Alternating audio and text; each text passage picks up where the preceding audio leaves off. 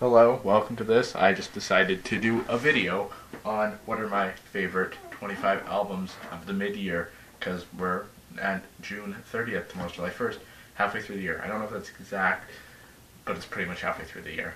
So, I'm just going to do this, talk quickly about them. This video might go still long, over 10 minutes or something, but who knows.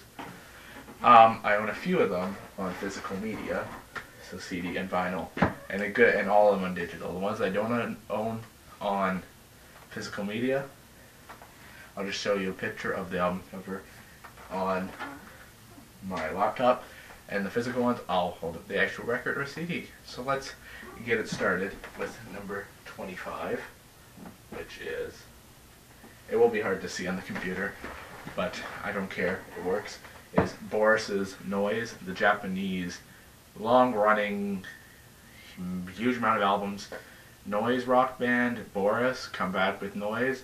Well, not one of their best albums, but I thought it was pretty great and a lot better than their last few albums were.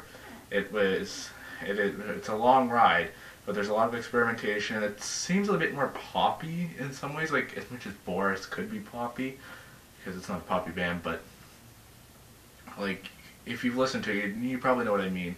The standout 17-minute track in the middle, I forget the name of it, but it was fantastic song. The album itself is not the most cohesive Boris release, but it is a very good release for them. I recommend checking it out. Next on my list, I just have my list right here, is, this one might get a little flack if people actually watch this video, which is Death Grips, The Powers That Be Part 1, Niggas on the Moon. Well, this is not a full album, because the second part is meant to come out later this year. I decided to add this on here because I did enjoy it. I enjoyed it much more than I enjoyed Government Plates. I think it's going with that more experimentally, sonically glitchy sound that Government Plates had, but doing it in a much better way. There's a lot of great songs in here. I think the tracks are great. Really, to get a full comprehension, I will need to hear the second half, but I think this is definitely a good release for Death Grips, way better than what Government Plates was. Still not the level of like The Money Store or Ex-Military or even No Love Deep Web, but I enjoyed this. The Bjork samples are pretty neat to hear throughout. I will really need to hear the second half of this when it comes out later this year, which who knows when, because Death Grips just randomly drop things. Next on this list is, okay, this one's an EP. Speedy Ortiz, Real Hair, a very enjoyable EP from a band that put out one of my favorite albums of last year. I think it was number 4 on my list. Last year, I wrote my end of the year list in Word instead of video. I enjoyed that record a lot last year, and this EP was great. I thought it was fantastic. There's some catchy, nice garage rock songs. It's a good EP. It's very quick. I wanted a little bit more from it, but it's an EP. It's meant to hold us over. I enjoyed it. I definitely recommend checking it out, especially if you love that Speedy Ortiz album last year. Next one on my list is Todd Terje, It's Album Time. An awesome, pretty awesome album from Todd Terje. It's his first album, I think, first proper album. I've left my desk from above background. Didn't want that happening. From Todd Terje, great title. Awesome album artwork, but that's not what we come here for. The music is great, electronic production with a very disco-y 80s feel to it. There's a lot of standout tracks in here, DeLorean, Dynamite, Todd Barry, what's this? Angie and Barry, whatever that song with the two names is that has vocal contributions, so it's a cover. I forget the title of it, I don't know why I'm forgetting the title of it, but fantastic. The album is very cohesive. I definitely recommend checking it out if you're in that nostalgia feel, because it gives you a lot of nostalgia. After this on my list is one that I think is very underrated because they are a Canadian band that don't get a lot of attention or mainstream attention, really. The Pack AD, Do Not Engage. I thought this album was a fantastic pop rock album. Just songs that absolutely slay from these two girls from Vancouver, British Columbia. I saw them live as well, and the songs slay live. Some great songs here: Battering Ram, Big Shot, Loser. Just a fantastic album of just some great rock, simple, straightforward rock tunes, just to bang your head to. And go to the concert; they're really fun. Their shows, they are very lively. Definitely recommend checking this out. It's definitely an album that has gotten very little attention this year, and I'm really sad about that. Came out back in January. Next on my list, ooh, we're at number 20 now. This one might have a little bit of controversy because a lot of people did not like it. Andrew Jackson Jihad, Christmas Island. I thought this was a good follow-up. Is it as good as Knife Man? No way at all. Knife Man, I think, in my opinion, is Andrew Jackson Jihad's high point. Other people might say People Who Eat People Are the Luckiest People in the World is their high point, but I think Knife Man is going to be their crowning achievement. I don't think anything could actually come close to that. Who knows, I might be surprised, but I enjoyed Christmas Island. There was a lot of great songs in here. That sharp, satirical Andrew Jackson Jihad lyrics, some great playing, and some great, and just very fun tracks. Copapelli Face Tattoo, Linda Ronstadt, Temple Grandin, what's that other one? The one with, I forget the title. Children of God, the first one that came out. Awesome, catchy songs, satirical, biting, and funny tracks. Definitely check it out. Even if it will not live up to Knife Man as good as Knife Man was, because Knife Man absolutely fucking rips. This album was very good, though, still, in my opinion. So next on the list, number 19, Schoolboy Q, Oxymoron. This was a hugely anticipated album, probably one of the most hyped albums, I guess, of this year. That had a lot of hype behind it in hip-hop head communities and stuff. Did it live up to all that hype at, like, levels of Kendrick's Good Kid, Mad City? No. But this album I thought was a fun Schoolboy Q album. Schoolboy Q is known as the fun one in TDE and Black Hippie. So I thought this was awesome. Some great fun hip-hop tracks. Very gangster rap-esque with tracks like Gangsta, Man of the Year, Break the Bank. Just some of the best hip-hop tracks of this year. The album itself as a whole, not the most amazing thing, but there's so many hard-to-deny tracks in here. I thought it was still a fantastically fun album. So next after this one is, this one I have on physical media. Where is it? There it is. This one is Odonis, Hard Boiled, Soft Boiled. A band from Toronto, my near hometown. I live in a little suburb. But awesome debut album. Not debut album, but I guess debut big album from Odonis.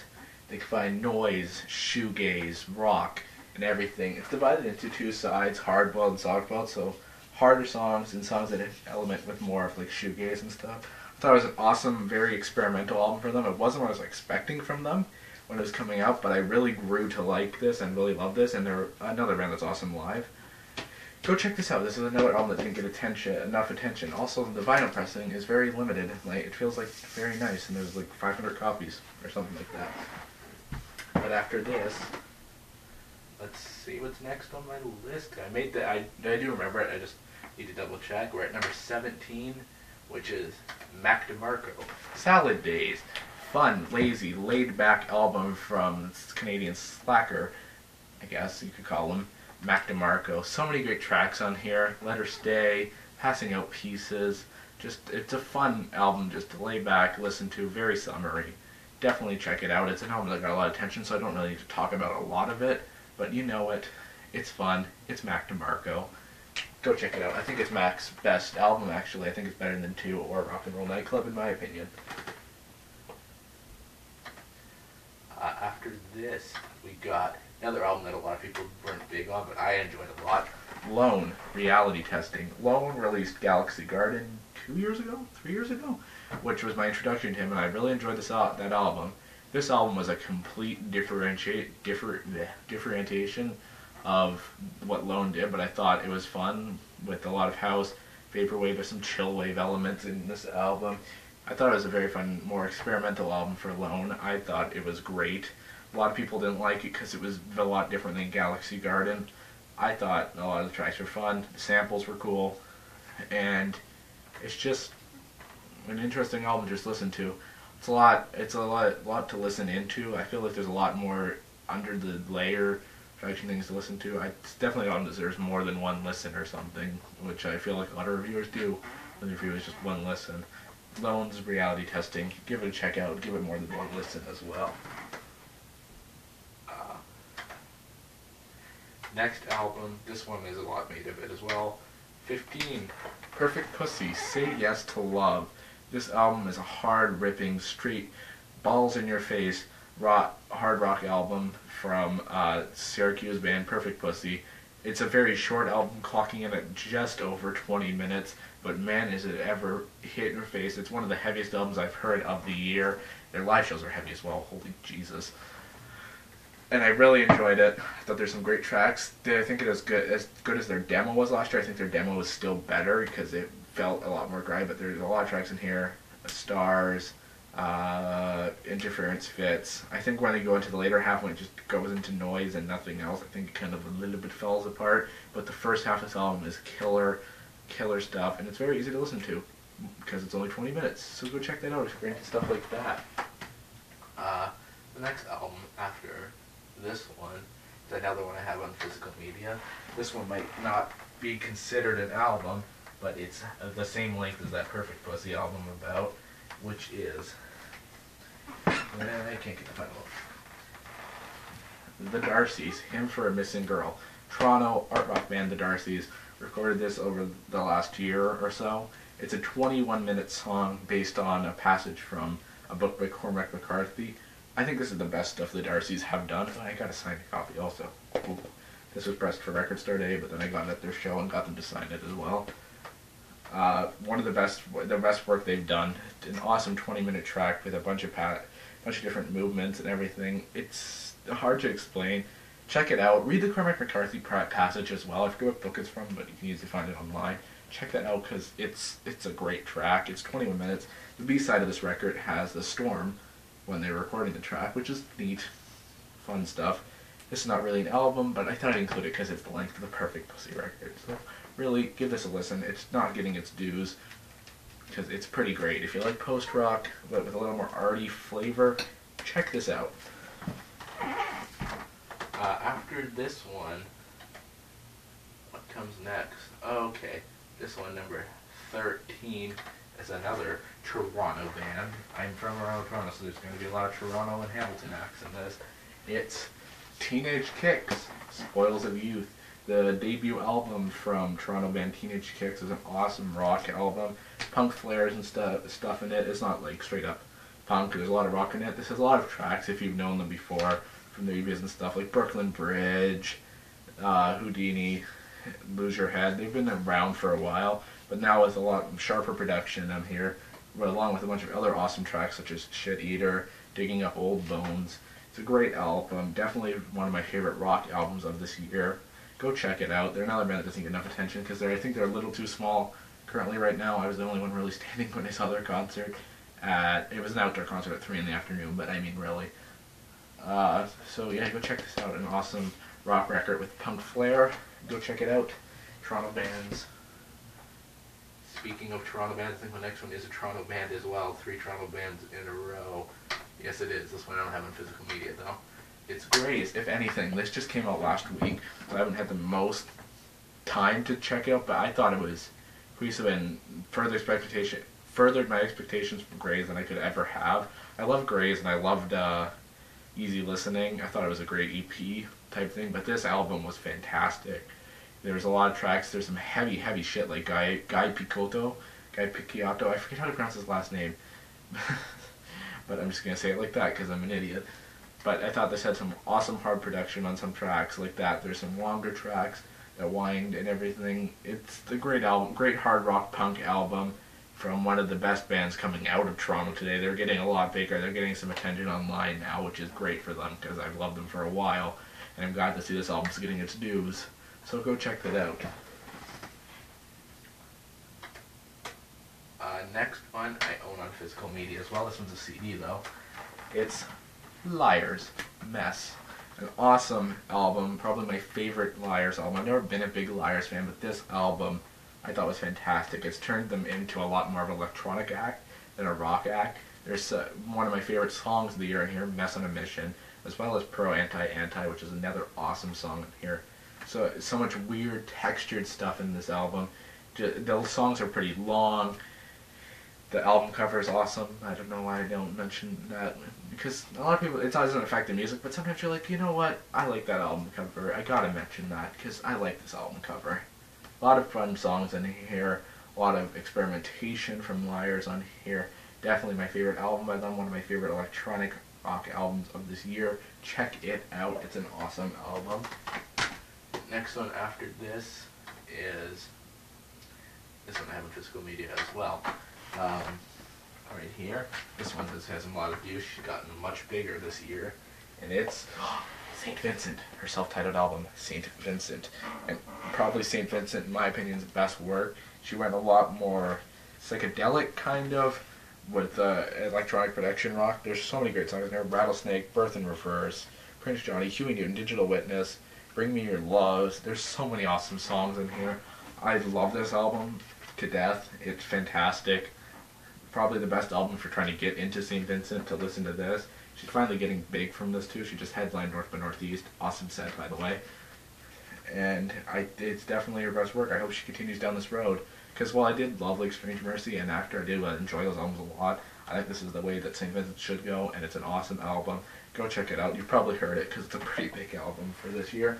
But still, if you haven't, go check it out. After this, number 9 is an EP from a Hamilton band, Hamilton, Ontario. It's The Dirty Nil, Smite. Finally, something longer than a 7-inch from these guys from Hamilton. One of the best punk bands coming out of anywhere right now. Really doing Hamilton proud. Hamilton's more my closer city than Toronto, so I'd say Hamilton is my home city for music.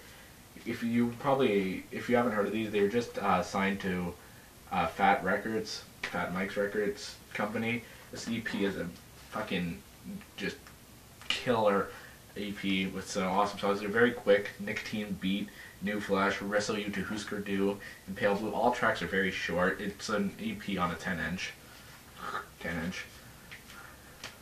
Go check this out. It's an awesome, right-in-your-face EP from these guys. I hope to hear more from them soon. They have another 7-inch coming out in August of one of their tracks I've heard before. If you've been around for a while, Cinnamon and a new song called Guided by Vices. But this EP was awesome. Definitely a long-awaited one for me, and I was glad to hear that it did not let me down. Go check this EP out. It's very quick, too, so you can easily listen to it. Next one on my list is a rap album, and it's one I don't own physically, but I wish I did. I just can't find it anywhere. It's Freddie Gibbs and Madlib Pinata, or as he calls it on Twitter, Cocaine Pinata. I guess they just called it Pinata for release reasons. One of the best hip-hop albums of the year. Production done by Madlib, rapping from the MC Freddie Gibbs on top of the Madlib production. Some gangster rap on top of some very kind of out there, if you know Madlib, his production, which you wouldn't think works well with Freddie Gibbs, but man, does it ever work well on this album. I think this is an awesome album. Has a lot of awesome guest features, and Freddie Gibbs' flow has never been better. I've never been a big Freddie Gibbs fan, but with his production with Madlib, this album was cohesive as hell, and definitely one of the best hip-hop albums of the year. Go check that one out as well. Next one after this one was a close one. This one's probably what I consider my favorite hip-hop album of the year. That Madlib Freddie Gibbs one came close, but this one ended up just eking it out by one spot.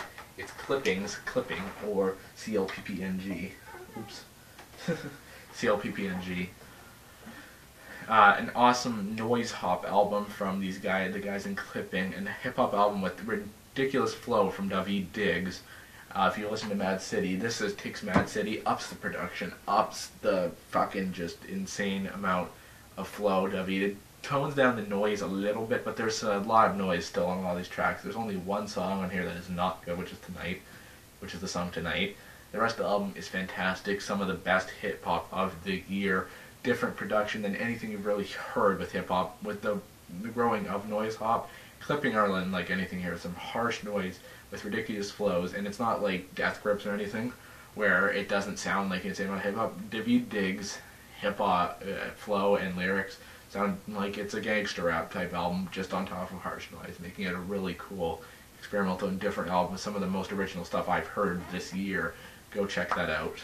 I think we're coming into my top 5 soon. That was 7, so I have 6. I have one more. This one is another album I own physical. I just picked it up today, actually, and it's The Hotelier. Home Like No Place Is There. An awesome, my favorite emo, if you want to call it that, record of the year. Probably the best band to come out of this emo revival, besides The World Is a Beautiful Place. Maybe I'd like them a lot too. I think this Hotel Year album is awesome. Some very deep, kind of disturbing lyrics. The songs are very insanely well written though, and the playing awesome. Great hooks on it too, actually, for an emo record. Go check this one out. It's another band that hasn't been made a lot of. It did get an 8 from Pitchfork, I think, or something around there. But there's not enough talk about this because I think this is one of the best albums of the year, where it's my number 6. Go check this out. It's an awesome album and very much worth your time.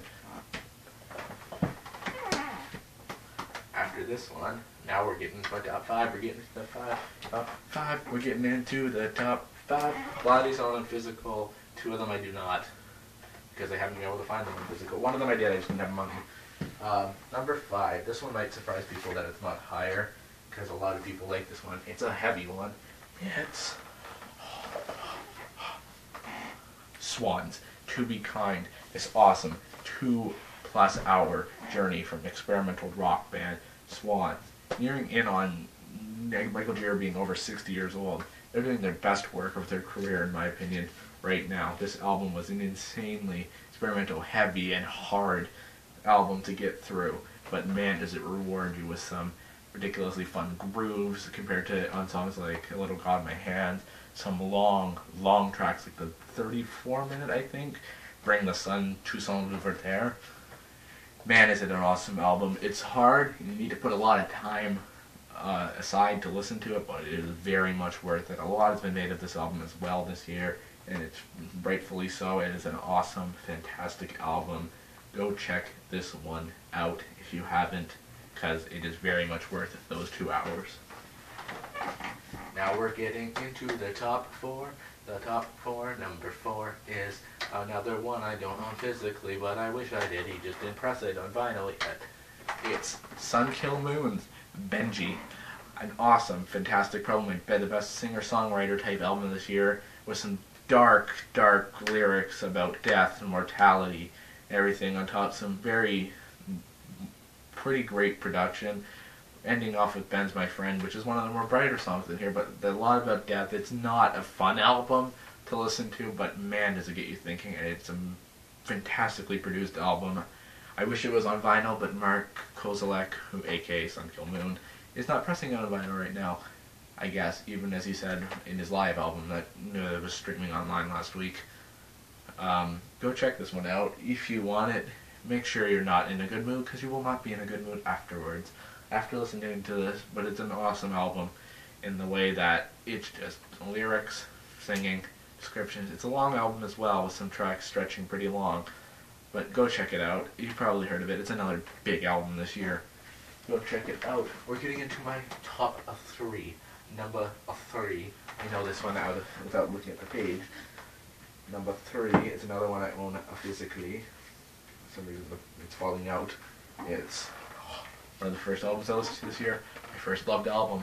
I did my quarter of the year list. It was number 1, then it fell down to 3. And 2 other albums overtook it, but it's still an awesome album. The Silver Mount Zion Memorial Orchestra. Fuck off, get free, we pour light on everything. An awesome, kind of post-rocky. It's not really post-rocky, but punk flair, just rock album, I guess you could say. I don't know why I'm describing it so much. From Godspeed You Black Emperor offshoot, the Silver Mount Zion Memorial Orchestra, or Silver Mount Zion, whatever you want to call them. An awesome album. I did a review here on this channel of this, like a 10-minute review I think it was. This, I thought it was an awesome album, some great tracks in here. The only one I didn't really like was one I was actually really excited for, which was the one dedicated to Capital Steez. But I didn't like that track a lot, but everything else in here is fantastic. I forget the track listing. There's a thing in here that says it. Or whatever, I know some of them on here, like Fuck Off, Get Free for the Island of Montreal, Little Ones Run, why am I forgetting the name? I listened to too many albums. But this album is an awesome rock album, definitely one of the best of the year. It's number 3. Go check it out, especially if you like Godspeed. It's an awesome album. Go check it out. I wish it was long listed for Polaris, but it wasn't, which sucks. Number 2 is one I don't own physically, but I wish I did. I saw it today physically, but I didn't buy it because I didn't have the money. It's A Tune Yards and Nicky Knack. An awesome pop album from constant experimentationist Mariel, aka Tune Yards.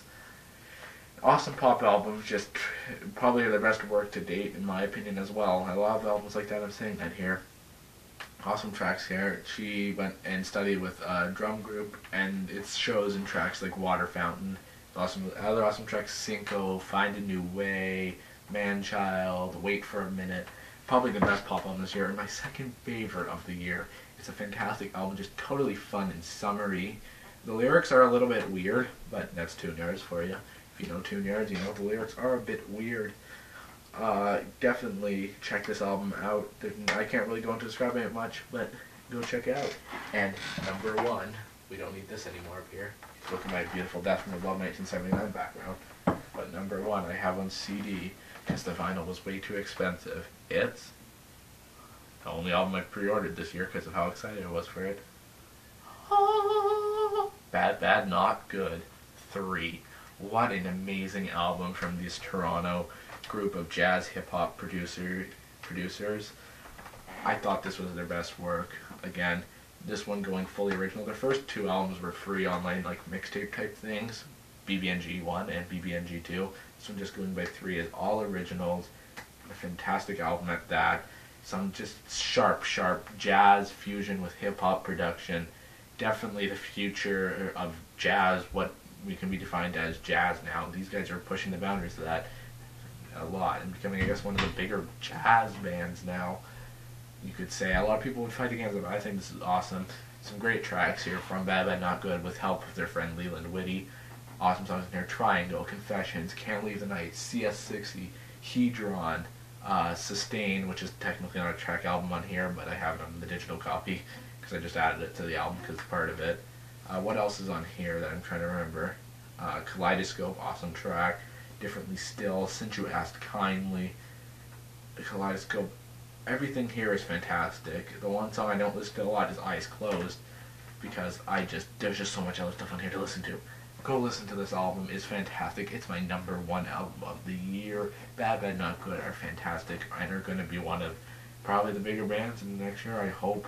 I don't know if it will, but I hope they're getting bigger. They just sold out a show that I went to. They're awesome live as well. This album is fantastic. My number one album at the midway point. Will it stay there to the end of the year? Who knows? We got a lot of awesome stuff coming later this year. That album from Death from Above, 1979, which now I have a thing popped up on top of it, but anyway, it's coming. We have new albums from, I don't know, I can't remember on my head, but we have a lot of good albums coming out later this year still. It's amazing how much good music is coming out this year. So that was my top 25 of the year so far. We got a half a year to go. Which ones will still stay in the top 50 list I do at the end of the year? I do it a little longer, so these will probably all still be in there. Hopefully. Who knows? We'll wait to the top 50 list. Thank you for watching this. This is probably a long video, I've just realized. Awesome albums. Go check them out. And they're all worth it of your time. Go check them out. Thank you for watching.